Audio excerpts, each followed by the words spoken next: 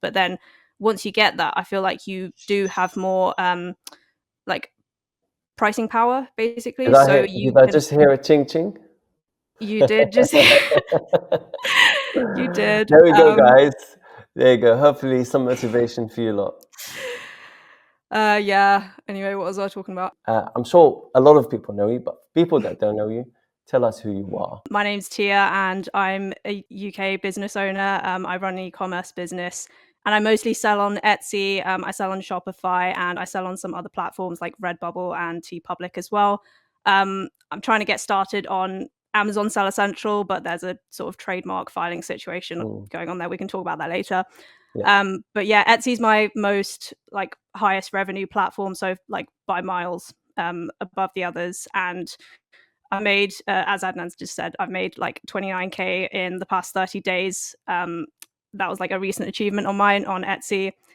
I think, you know, when I started, I didn't think even that amount of money was possible. But now, like being sort of a part-time YouTuber as well and seeing all these people with their like millions coming in, I'm just like, oh, like this is probably rookie numbers. But I feel like in terms of YouTube, I do like sort of discussing what I do and sharing tips as well. And I feel like I have value to provide in the fact that maybe I'm like bridging the gap between the beginner stage and the sort of millionaire stage, obviously.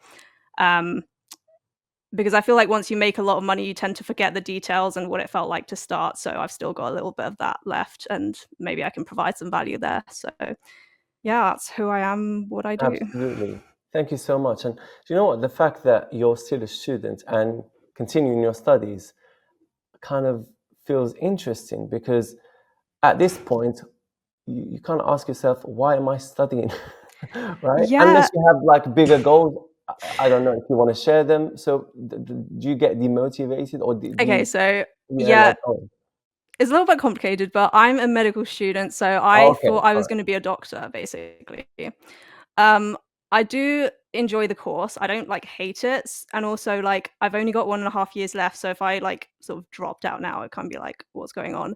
So I might as well just finish. I mean, yeah, it's not that bad, so might as well. But now that you can see, I know that we've gone off topic a little bit, but Yeah. now that you can, now that you can see the potential of working Mm, for yourself, doing e-commerce, YouTube, and all the stuff that comes with it, all the potential of earning. mm. Do you think that you want to become a doctor still and earn a normal, well, a kind of okay pay for most employees, but like it's way different You know, from I totally get where you're coming from. Like the NHS sort of salary and working right. conditions and all of that, right?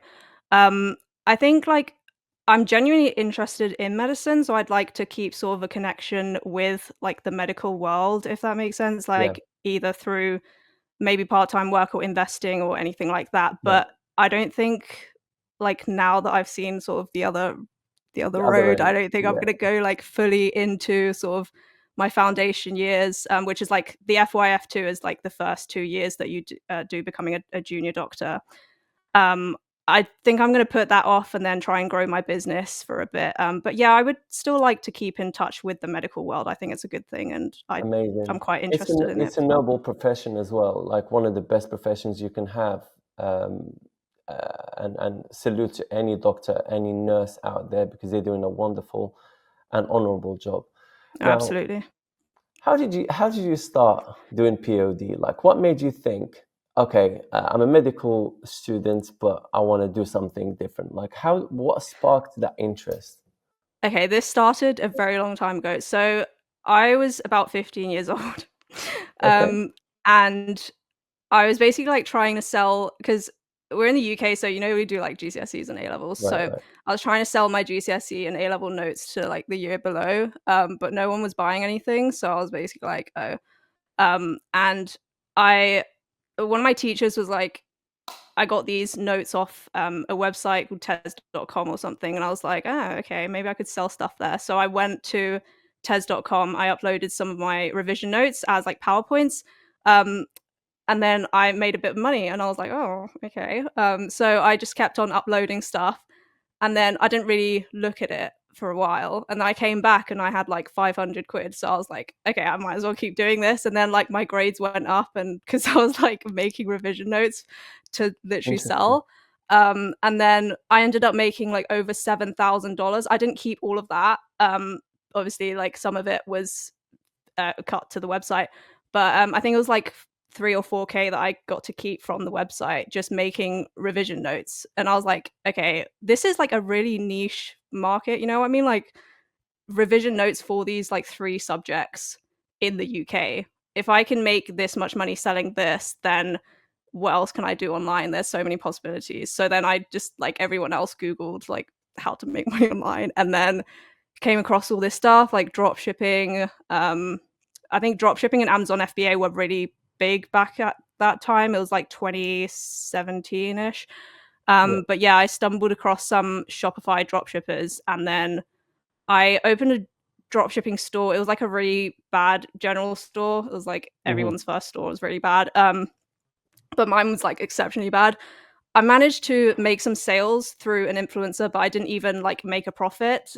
I just like I made like 5 sales, and then I had to go back to school. So I was like, I can't really do this anymore. But it just sort of gave me like confirmation that this was actually a legit business model and not a scam. Like if I could find a way to do it profitably, Yeah. then it could work. You know what I mean? So, yeah, I sort of dropped that. But then like I was just like doing school, like being a teenager and whatever. But I feel like once you know that you can make money online, it's like this It's itch that that never first goes away. confirmation, that Yeah, first yeah, confirmation that you've made a sale. Oh my God, I've made a sale doing, selling digital yeah, products, or I've made a sale just buying something for a cheaper price and selling it at a higher price. And I was able to market it this way. Oh wow, okay, if I could do 1 or 5 or 10, I could do 100, I could do 200. And then it kind of, your entrepreneur eyes just like open up like that. And you're like, oh my God, I can do this. yeah. As you And said, I just like have to just find a way. yeah, it's like that entrepreneurial itch. It just never goes away. It's Hmm. I'm sure you know what I'm I talking about. agree. But yeah, so I was looking for other ways to make money online. I feel like a bit of a tangent, but I feel like with Shopify dropshipping, it's very much sort of you actually have to know how to run a business, but also Mm. you have to have it in isolation. And by that I mean like you have to have at least 3 or 4 days at least in a row. So like on day one you do the product research, on day two you build the store, and then on day three you like run the ads or whatever. But I just didn't have that because I was at school, so the maximum I had was like 2 days at the weekend. So I felt like Shopify, it was just too like it was too discontinuous for me to do. I knew that I could probably do it if I tried, but it just wasn't optimal. So I was looking for more like passive, even more passive ways. And then I came across a video. I can't remember of like who was the creator, but she was like about the same age as me, and she was like how I made $600 on Redbubble or something like that. And I was like, oh, okay, this seems like pretty passive. And I at that time I didn't really know what print on demand was, Mm. so I just went on Redbubble. I uploaded some stuff. It didn't resell, obviously, and then I started looking for ways. So I found like the Redbubble side of YouTube, which is where everyone's like, oh, I made this much money. So I started watching that, and basically everyone was just they were either just like looking at what other products were selling, or um I actually discovered a tool called Bubble Scout. I'm sure you know, like with Merch Yeah. Dominator, I'm sure you know Mm. what that is. And I was like, okay, so if I look at these, and then I learned about sort of intellectual property and trademark and all that, and I was like, okay, if I just take the non-trademarked keywords that are safe to sell, and then I make loads of designs in these, then there's kind of no way that I won't get sales because people are literally searching for them. Yeah.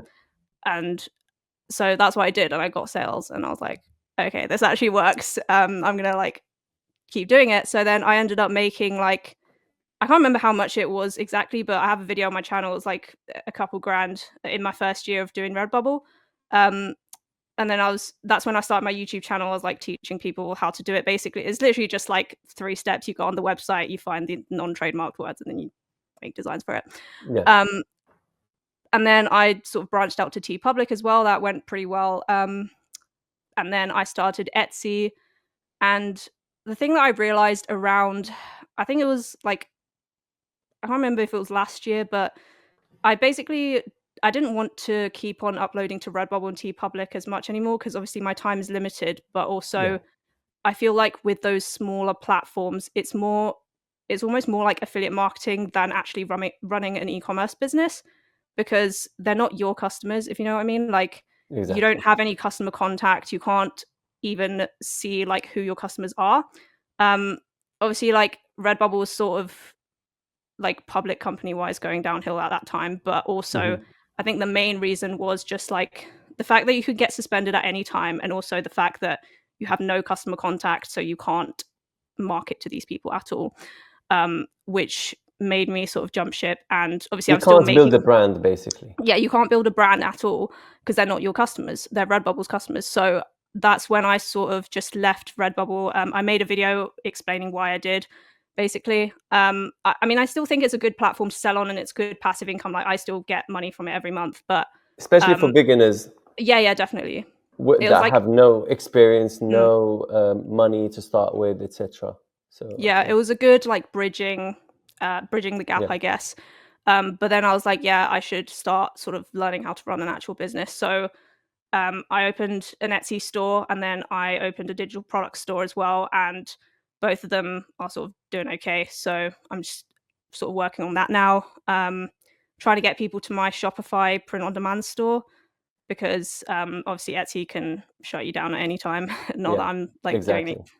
consciously doing anything bad, but it's just you hear a lot of horror But you stories. want your own business, your own platform, because no one Exactly. can shut down your own platform as long as you're running it legally, Yeah. following the guidelines and all of that. Nobody can just come and take you away your store from you.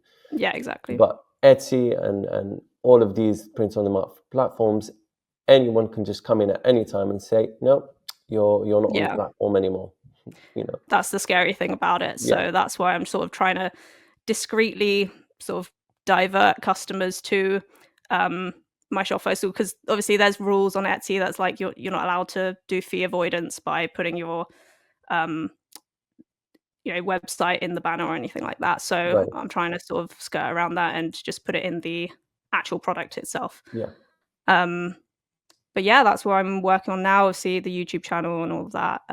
Just documenting my journey. I feel like I'm less of a guru. I'm more just like talking about what I do basically, and what worked for me and what And didn't. I So think that is the best way of doing it. That is the most authentic way of doing it. You're showing your successes, your failures, and showing the side that not many people show you. So a lot of people just show you their success; they don't show you their failures, right? And unfortunately, beginners, they only see that other people are being successful, but they don't see the background behind that success. All the hard work that they've had to put in, all the effort, all the the struggles. They don't see any of that. So I think documenting your journey is really, really good, and it comes across very authentic. yeah, I So appreciate that. hats off to you. Thanks. Yeah, I mean, even Shimon Morris, I think he's got a really, really good approach. He shows various different, trials and tribulations, all the problems that he faces, trying different things. Some things work, some things don't work. And you know what? Yeah. That is what it takes to run a business. It's not Yeah, always no, up, it's absolutely. up and down. It's always Yeah. up and down. No, I've seen Shimmy's videos. They're really good, like high production quality as well Yeah, as like good content. So yeah. yeah, yeah. And Ryan Hogan and the Yeah. likes. Um, so, how did you start learning doing all of this stuff? Obviously, you have that stage of interest where you're like, okay, great, I can do this. But then the next step is applying or learning and then applying that knowledge. So, do you want to talk to us through that kind of journey, how you learned and how you started applying the knowledge? Honestly, it was mostly just YouTube. Like, I was looking Yeah, at obviously that girl that made 600. I might put it in the description or something, but she made $600 or something, and she was talking about what kind of design she did, and then I learned a bit from that, and then just learning from other people's videos. Also, I guess a little bit of not like critical thinking, but just like thinking about what would actually work as opposed to randomly uploading stuff, because obviously everyone's time is limited. Like, very few people are just doing print on demand in isolation. yeah, They don't have something else like school or work, all right. yeah, So just one thing that I said before is just like, for me at least, every design before I upload it, I have a reason in my mind to justify why it might sell. Like if I'm just making this design for the sake of it and there's no reason as to why it might sell, then it's probably not even worth uploading it. Which is That is like, critical thinking because you have yeah, to I mean, think, you have to analyze, you have to think about the potential profitability of that design and yeah, justify it exactly. to yourself, right? Yeah, and I've said sort of something along the same lines on my YouTube channel, and people in the comments have been like, well, not everyone, but some people have been like, I don't know, it kills like artistic creativity, which I don't think it has to like conflict. I feel like you can sort of work within the frame of like keywords that people are searching for and still be creative and create something new, right? Like Totally. it's not like killing creativity. I mean, if you think about it, every single design is inspired from another design. Yeah, Even big exactly. artists have had inspiration from other artists Yeah, steal because, like an artist. right? But you can't have something out of nothing. Yeah, You know, we all, whatever we do, we get inspired from something else, right? yeah, So I think people that think, oh, you have to come up with a brand new idea, otherwise you're not a good artist, or otherwise you don't deserve the money that you got. Some people name you and shame you for, improving the design and coming up with a different spin on that design or on that quote or whatever. If the quote, yeah, this is my stance and I'll always stand by it. In print on demand, if you make a different version of a particular design with your own spin on it, with your own idea, with your own personality injected into it, and it looks different from the original design, I have absolutely no problem with that. I don't know, where do you stand on that? yeah. No, I totally agree. Like as long as you're not like blatantly infringing, Yeah, then you know, yeah. it I is what mean, it is. Like copying everyone, the design is completely, not right, not yeah, moral, not legal. However way you look at it, but looking at a design and doing your own version of it, and not copying the exact same thing, changing it up completely, making it yours, making it your own version. There's no problem with that. And if you think about it from a business point of view, this is how print on demand works. Why would you want to change an industry when the industry is like that? Right? yeah, You can't change it, will never change. It is like that because people are looking for certain keywords, they're looking for certain quotes, they're looking for yeah, a type of design. If it pops off, then hey, do the same thing. Mobile yeah, phones, right? For example, mobile phones. mm, Apple started a brand new trend of smartphones. Samsung came and basically used the exact same concept, but they changed it up a little bit. They made it Samsung-like, right? yeah. Nokia, Windows with the Mac as well. Windows with the Mac, right? Yeah, Nokia did not follow that trend. What happened to them? Where are they now? They're not even in the mobile phone industry anymore. I don't know whether they're doing some kind of very niche down offering in the mobile phone yeah. I think industry, they're doing whatever. some other technology. Yeah, maybe something else. Yeah, But where are they? You don't hear about them. When in yeah, fact they were number one in mobile phone industry some 20 odd years ago, right? yeah. That's fair. Yeah, Yeah. So it's just the way it is, right? As long as you're doing your thing without infringing on anyone, then you're fine. So you learned from YouTube, and you faced some challenges. What would you say are some challenges that you faced? Because obviously you had the challenge of being a student because your time is very yeah. limited. So how did you, you know, arranged your time and scheduled everything to make you fit all of what you were doing in the time, limited time that you had. How did I fit everything that I was doing? Honestly, I didn't. Like, I just went with it as I went. Like, so when I started at first, the whole like revision notes thing, it was like kind of complementary to my learning anyway. But then when I actually proper started Shopify dropshipping and print on demand, that was in a summer holiday, so I had all the time really.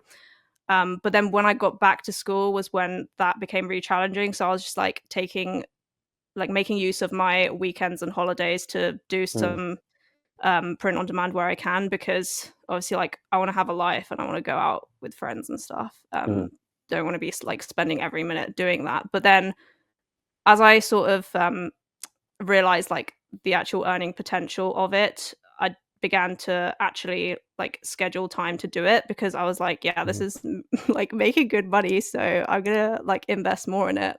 And it was just like a feedback loop. I was seeing like the more money I made, the more time I spent on something, basically. But yeah, I mean, it's always a struggle, like trying to balance schoolwork and especially like the course I'm on now. It's very intensive. There's a lot of Mhm. traveling because like we get placed around different NHS hospitals around Mhm. the UK, so I have to like travel every other week, basically.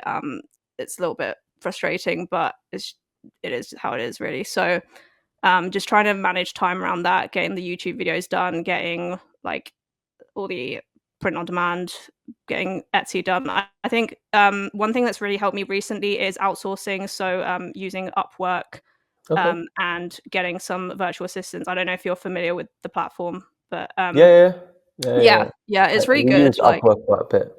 yeah, there's like a time tracker and everything. It's very sort Yeah. of hands off. I think I'm going to make a video about it soon because I think it could help a lot of people. But that's what I've been using recently to help me fulfill orders, because I do a lot of personalized gifts on Etsy, Yeah. and I have to sort of go into the design program and edit all the files myself. So having someone else do that is like a massive weight off my shoulders. So delegating is one thing, but yeah, honestly, I'm not like the best person to ask for time management, because a lot of the time I've just been like lacking sleep or not getting what I really wanted to get done, But but hey, somehow it's worked out. but sometimes, when you want to fit in so many things, you have to sacrifice certain things. So you sacrifice sleep if you have to. I've had to do Yeah. that as well. I mean, you can be the best time manager in the world, but when you have so many things to do and very little time to do it, you have to sacrifice something. Yeah. And it depends on how important that thing to you, right? So for you, what was important was continuing your studies, obviously. So you had to get that done. That is a non-negotiable. You had to go and do those trips to the hospital. You have to be at uni. You have to do your coursework. You have to do all of that stuff, right? Your assignments, whatever. But at the same time, you have very limited time to do other things. You could either choose to go with your friends, or you could invest it learning something that will help you with your money making journey, or actually doing the work, your print on demand work or whatever, to work on that side of the business. So sometimes when you don't have enough time, you just have to sacrifice something. And that is what I've gone through. And luckily, when I had my own team, it really opened up so much time for me. Yeah. And I think the power of delegating is very, very important, and it's so underrated. People don't understand that this is what they need. When they reach a certain point of income, they have to start delegating. They Yeah. shouldn't look at it as a loss or a cost. It's actually an Mm. investment, because it's going to help you open up so much time, a window of time that you didn't have before, that now you can do so much with. Yeah, absolutely. Definitely agree with that.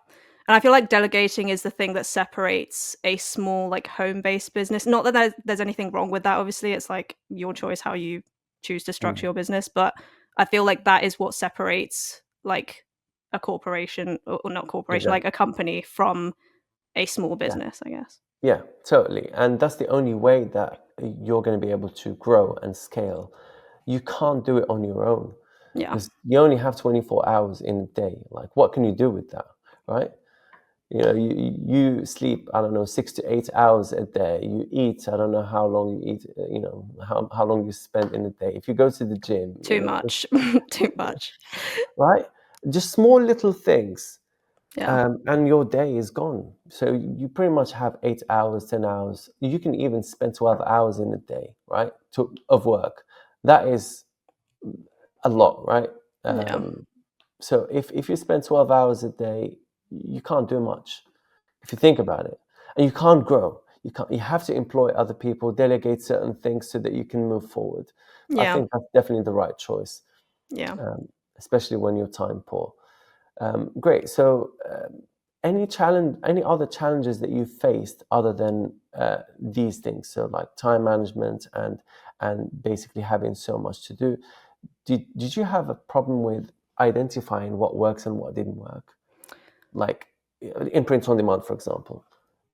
Identifying what works and what didn't work. Yeah, okay, so I think it comes in stages. So obviously at first when you're a beginner, you're just trying to make your first sale. That's obviously like, Mm, what actually sells and how to make sales. Once you've got past like, the 100 to 1,000 sale mark, you're kind of more like, if you're moving to another it's kind of more thinking about diversifying or how can I scale and grow basically. Um, you're thinking about things like competition, and once you move to Etsy, obviously like profit was a massive challenge for me because I was actually making good sales. Like I've said this in my recent video. I was making good sales in 2020, but I was not making much profit mhm, because I was making like $1 profit on each sale, and then if a customer wanted a refund, that would like wipe out all my profit from the past 10 mhm. sales. So just figuring out how to get a profit, and I think the key to that is basically you just sort of have to have a low profit at the beginning because you have no social proof. But then once Mhm. you make a certain number of sales and you get a certain number of reviews, hopefully those reviews are good. But then once you get that, I feel like you do have more like pricing power basically. So Did you I can just hear a ching ching? you did just you did. There we go, guys. There you go. Hopefully, some motivation for you lot. Yeah. Anyway, what was I talking about? Yeah, so basically like once you get more social proof, you get more Yeah. pricing power. Like I hear a lot of people talking about sort of like conversion tactics and psychology and all of that. I feel like that's good, but at the end of the day, when you're on a platform like Etsy or Amazon or Redbubble where everything's basically like standardized, so you can't Mhm. control what your checkout looks like. You can't control these like conversion factors. Everyone's the same basically. Social proof is the thing that determines your pricing power the most. Yeah. Because before, when I started, if I raised the price just a little bit, my conversion rate would go down to like 1 to 2%. But then now I can like, especially during this Christmas rush. I mean, the sales are going down now, but before this Christmas, I just kept on raising my prices like every 3 days, and the conversion rate did not. The conversion rate actually increased when I Mhm. raised my prices, and I feel like that's because I've made more sales and I've got the reviews, especially like photo reviews. Yeah. Yeah. Yeah. And obviously, some people think that if it's if the item that they want to purchase is very cheap, then maybe it's not good quality. Yeah, exactly. When Yeah. you increase the price, um, then it can convert more. And I have noticed that on Etsy, people don't really care too much about the price compared to Amazon. What do you think about that?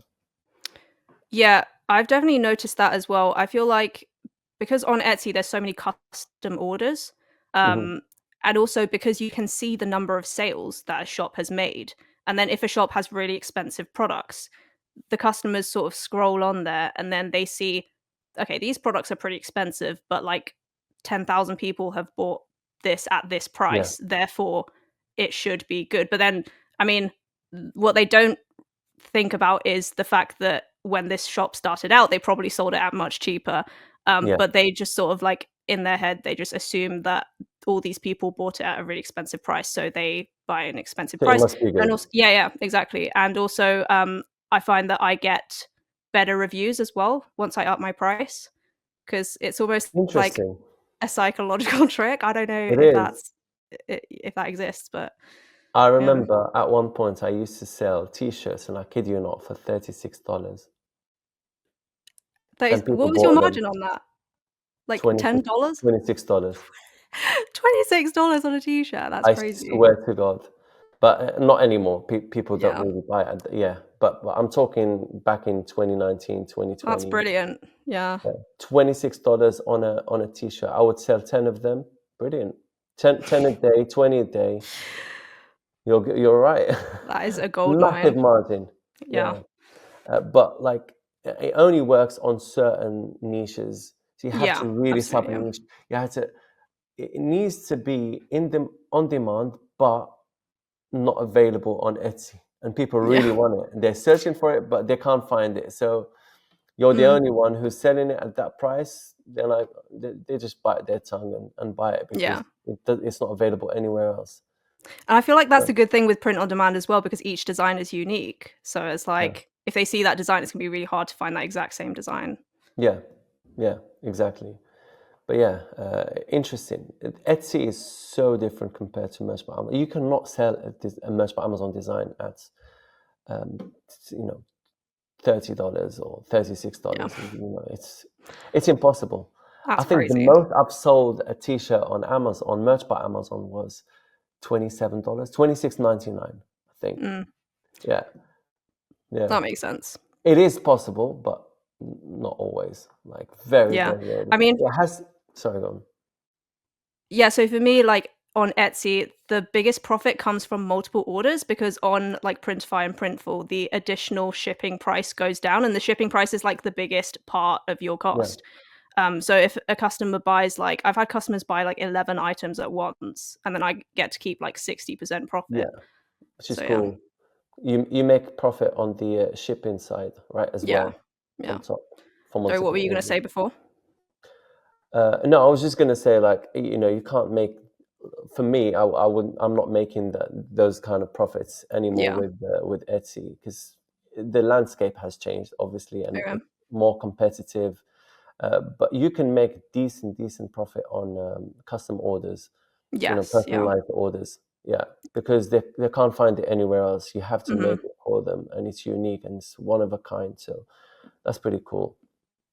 Um, so obviously, mindset plays a big part in your success. How did you have this mindset? Did you have it from the beginning? You have to try different things and make it work, and just having the idea of, I want to do something not non-conventional, because most people go through the route of getting a university degree and going and doing an internship for a year or 2 years or whatever, and then starting a job for 24, 26K, 30K, whatever.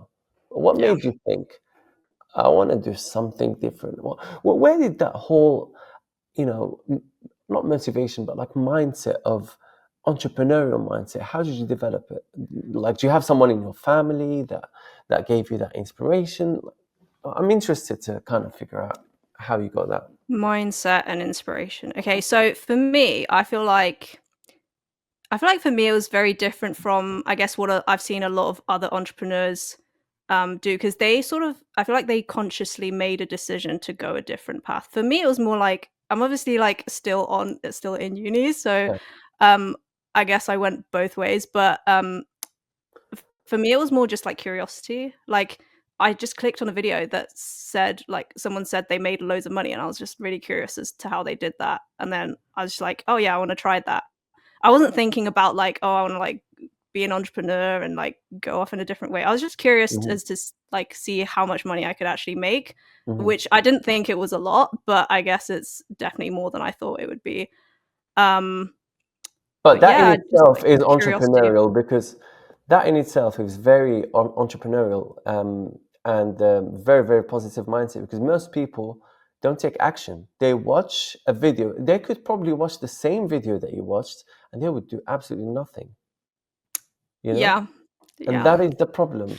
So that differentiates you. And most entrepreneurs are action takers. They see something, they find, they see a spark, they get curious, they want to try it. And when they see results, they just continue doing it no matter what. They'll say to themselves, I don't care what I sacrifice, I'm going to do it and I'm going to see more results.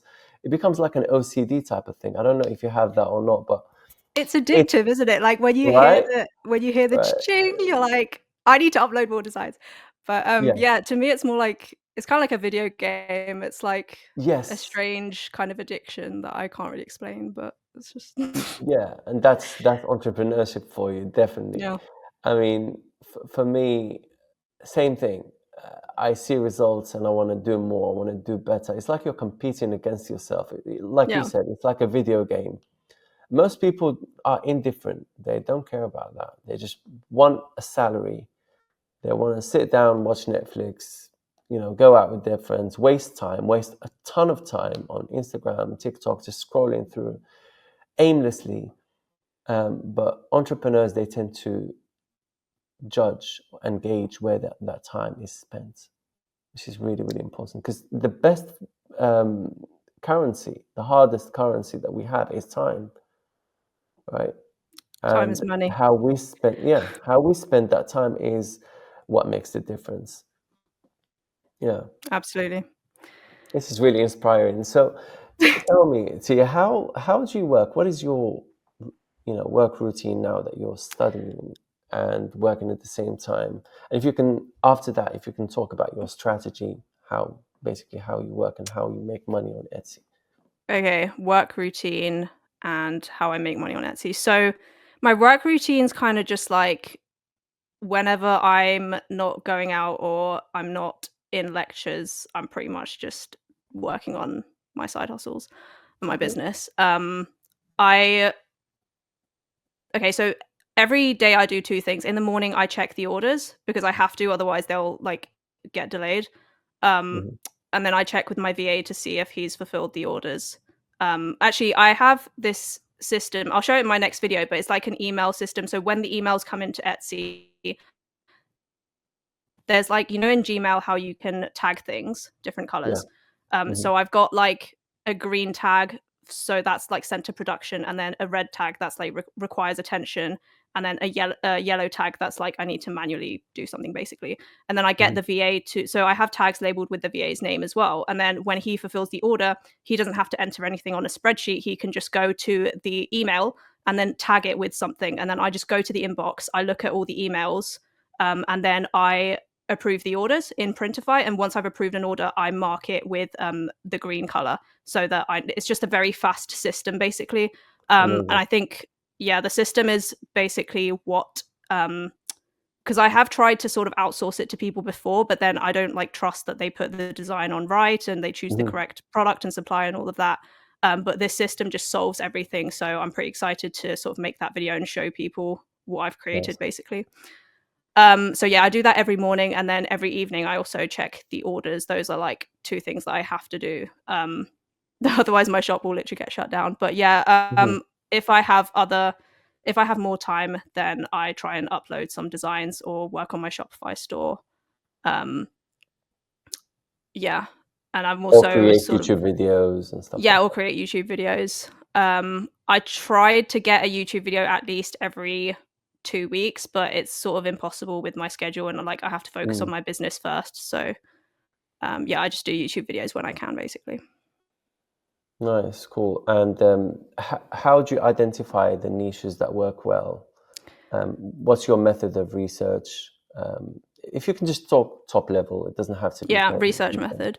Yeah, I think I've gone through this before, but basically, I do it in two stages. So it's keyword research first, and then product research, because I feel like a lot of people start with product research and then they just end up. Like, it's really hard not to copy when you start with Mm, product research because you just see something selling well, and then you're like, okay, I'm gonna make a better version of that. But a lot of the time, it's really hard to come up with something that's not really similar to it.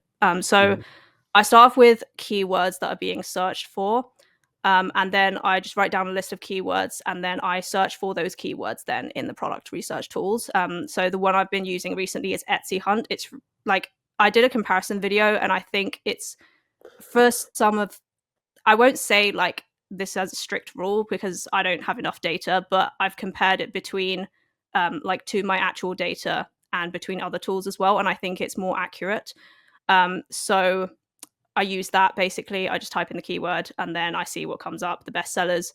And then the good thing about that is that you have a lot of different designs for each keyword. So you get mhm, more inspiration and you can actually see like the patterns that sell rather than just copying one person. mhm, So I do that and then I just make a bunch of designs. I use Photoshop and Canva.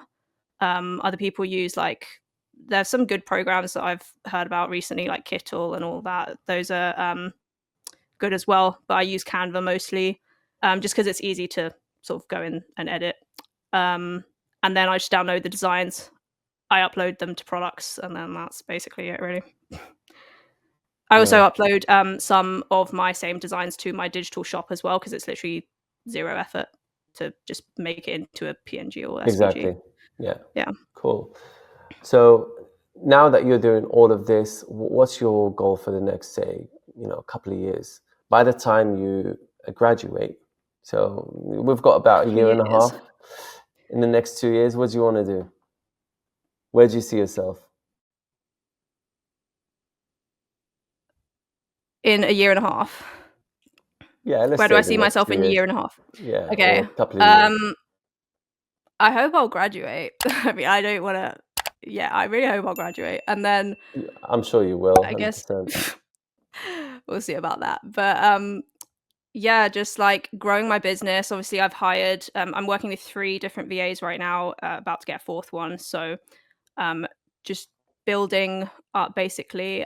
There's a lot of things I feel like you can't really do without an in-person employee. Like, I'm sure there's, like, a way of I don't know if you know, like, any ways of remote working, or, like, remote access, but basically with, like, Amazon accounts and Etsy accounts, like, you have to watch the account health really carefully, and I've heard Yeah. of people getting suspended because of using VPNs, because of logging in from a different country.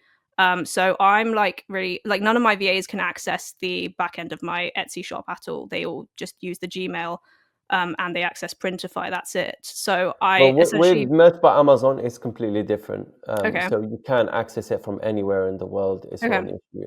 And with Etsy, I cannot tell you because I haven't yeah, had much experience with, assigning that job to VAs and stuff like that. So yeah, with Merch by Amazon, because, we have a accounts creation service and we hmm know the ins and outs. So there's literally no issue okay, with Merch by Amazon. With Etsy, it's different.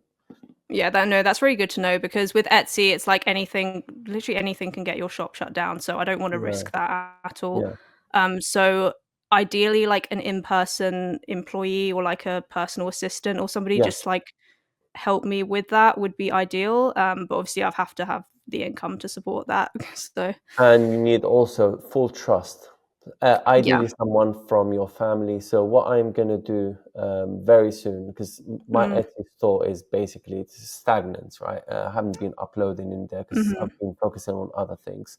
yeah, I want to restart that um, to basically to see where it can go and maybe start doing some YouTube videos on that as well.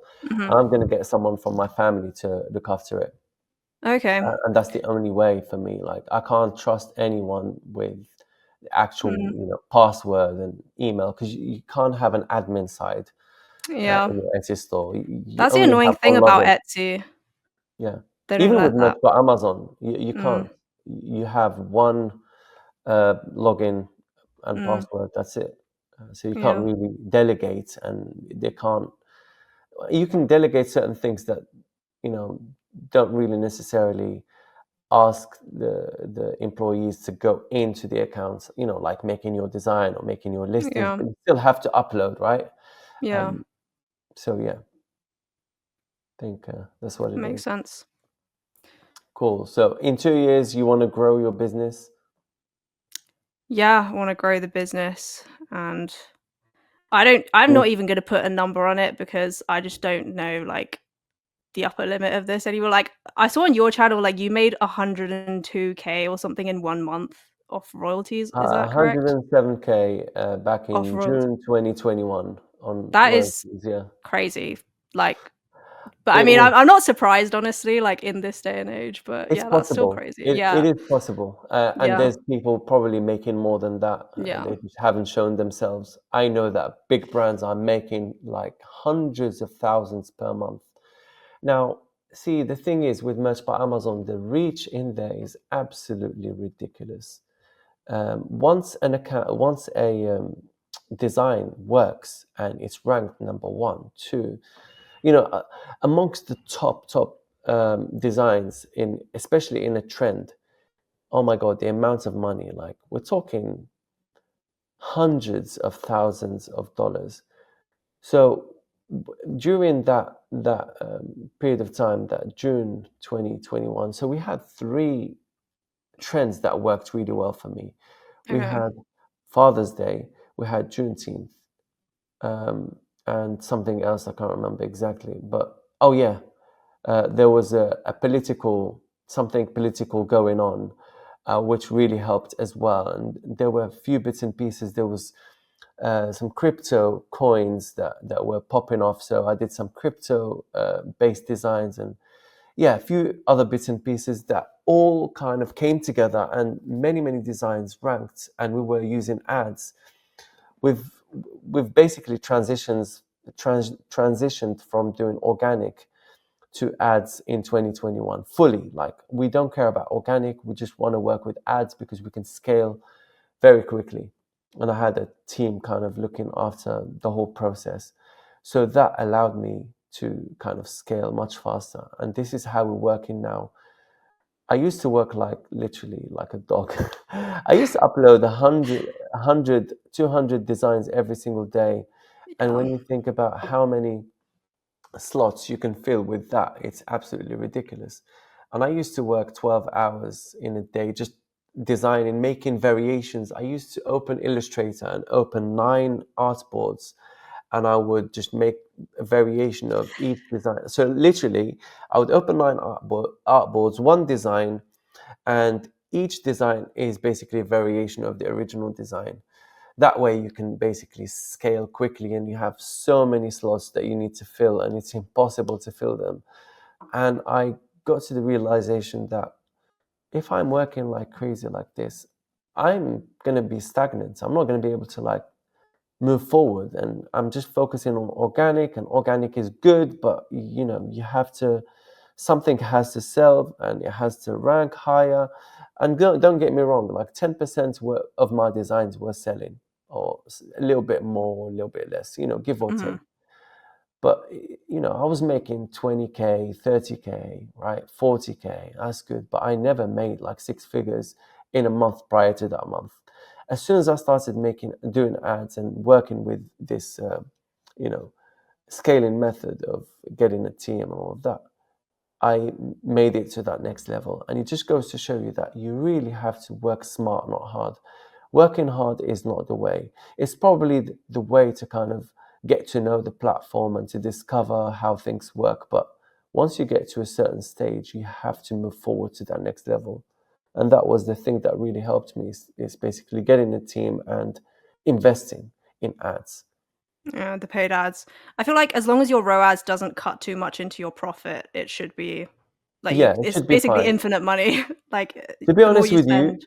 you, even if you're, a little bit down on ads, or even making a break even, it's still very good, because you're making a lot of money off of the back end of organic sales. Because, imagine you're making so many sales doing ads.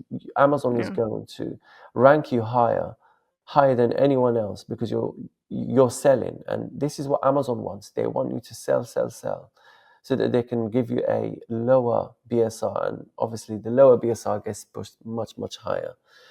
And if you're lucky to have the top selling design in a trend, like just recently there was a Christmas design, or that I'm not old, I'm classic, that uh, t-shirt that has a car in the Oh, middle, yeah.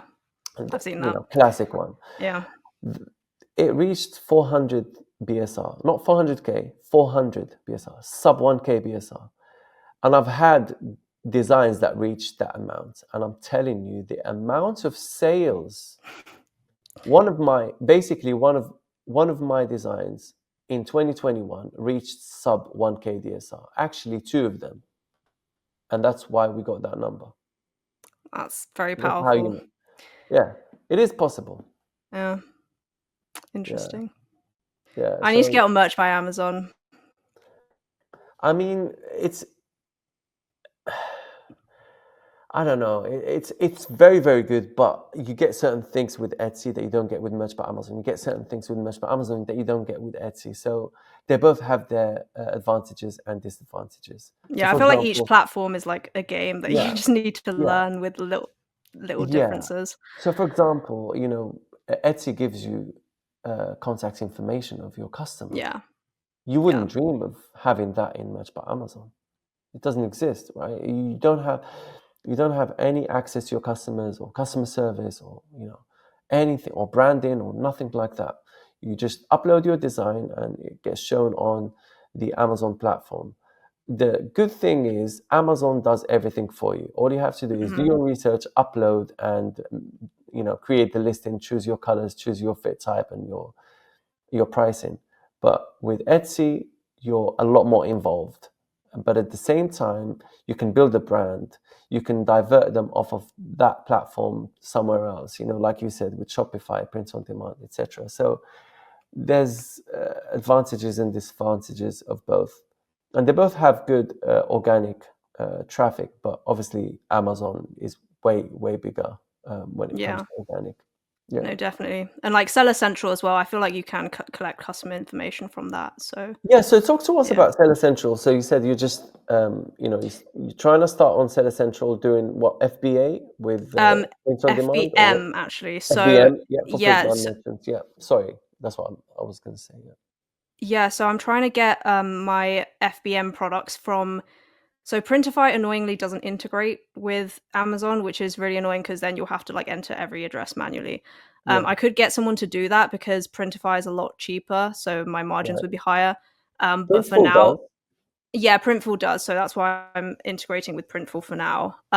But basically, I'm trying to get brand registered because you get certain Yeah, benefits. I can't remember exactly what, but it's like better protection, like some cash back off some yeah. things. So I'm trying to get brand registered. I'm in talks And you with, can take down designs as well. yeah, If someone copies you, you can take down their designs yeah, with the exactly. brand registry. Yeah, that's a big thing as well, that I'm looking for. So yeah, I'm in talks with, I don't know if you know this firm, but they like specialize in e-commerce. It's Ekabilly Law. Mm, They're like a law yeah, yeah, firm. Yeah, so they specialize in e-commerce, especially for Amazon sellers. So I'm trying to get my US trademark filed through them. yeah. Um, I've sort of paid most of the money already, and but I just have to keep paying because basically the first time I got a search, like I searched for my brand name and nothing came up, so I thought it was all good. But then they sort of did their lawyer things and searched, and like a bunch of like really similar names came up, and I was like, whoa, Mm, okay, I didn't know that these were a thing. So I had to like try and change the name, but then you have to prove its use in commerce, which is basically like you have to make a sale under the new brand name. So I was like, I can't like change the name of my Etsy store, so I'm gonna have to make a whole like new dummy Shopify store and basically like get my friend to buy something. And I was like, hold on, could I just file in a different class basically with the same name? So I mm, did that, and I just got an email like last week being like, oh, there's like a 70% chance of success. And then they're like, okay, give us instructions now. And I'm like, I don't know whether to go through with it because mm. then I'll have to pay another like 175 to get another check if I want to get a new name. So it's a bit of annoying, but yeah, eventually a trademark will be filed, and Yeah, I'm sure I'll get my brand registry, but it's just a bit of an annoying situation right now. But I appreciate the lawyers because obviously they know what they're doing, and I exactly. would not have caught that if I was searching for it myself. So it's money worth spending, I think. Yeah, Cool. And that's then the situation. in the process, you're getting a new experience in filing trademarks, and then Yeah. bit by bit. That's how it's done, right? You don't know everything from day one, and if you have people that help you with these things, it's a great Yeah. benefit. So what would be your advice to people starting out and maybe kind of hesitant, they're not sure whether to go with it or not? What would you say? Advice to people starting out who are hesitant. I think this is a hard one because I think when I started out, I was not so much hesitant as more just like, I want to try this and see what happens. I wasn't thinking like, what happens if I fail? I was just thinking, okay, let me try this. But I feel like for people now, it's I can't really deny the fact that it has gotten more competitive, um, because there are a lot more designs for each keyword. I feel like, firstly, like educate yourself on basically product research and keyword research, and then on intellectual property, obviously. And if you know Mhm. those three things, you're pretty much, and obviously like being able to design basic designs. And then if you know those three things, you're pretty much set. I mean, everyone else is pretty much in the same boat, right? Like we're all just doing product and keyword Yeah, research and then designing and then uploading. There's not really much. I mean, there's a few more things that you gain through experience, but as long as you can master those like four things, I think that's pretty much time to get started then. exactly. And then the rest will come through Yeah, constant learning, application. You just need to be consistent, really, yeah, and make that first initial decision to start. That is the most important thing. Start and take absolutely. action, and the rest will come later. Don't even think about the rest. Don't think about potential, failure scenarios, how you could fail, something could happen that will make you fail. Yes, you probably will fail. And it's 100% guaranteed that something will happen which will, put you down, or, where you would have a setback. Yes, it is possible. And you could think of Like it getting as it's, suspended. yes, it's Like the day guaranteed. you make your account. It's Yeah. guaranteed. Something will happen. And your job is to think outside the box, think about how you're going to overcome that setback. Because setbacks will happen. We constantly get setbacks. Every single day we face challenges, whether it be, creating a new business, something happening with your software or with your platform, or something that you're working with, something happening to your employee. I don't know. Something happens and you have to think about how you're going to basically come out positive from the other end. And obviously, for beginners, they have different setbacks from people that have an established business. Everybody goes through the same issues. It's just they are of different magnitudes and different issues altogether. So, but the whole theory is the same. You will get setbacks. You will fail. You just have to find a way to overcome it, and that's Yeah, what makes you move forward and learn from your mistakes. absolutely. Brilliant. Tia, it has been an absolute pleasure. Great value, great experience. I think a lot of people are going to be loving this podcast. They're definitely going to benefit from it. You shared, some amazing insights. Do you have any final thoughts? Anything you want to add before we check out? Subscribe to Mr. Addy. Well, to you first. To Yeah, me first and then Mr. guys, Addy.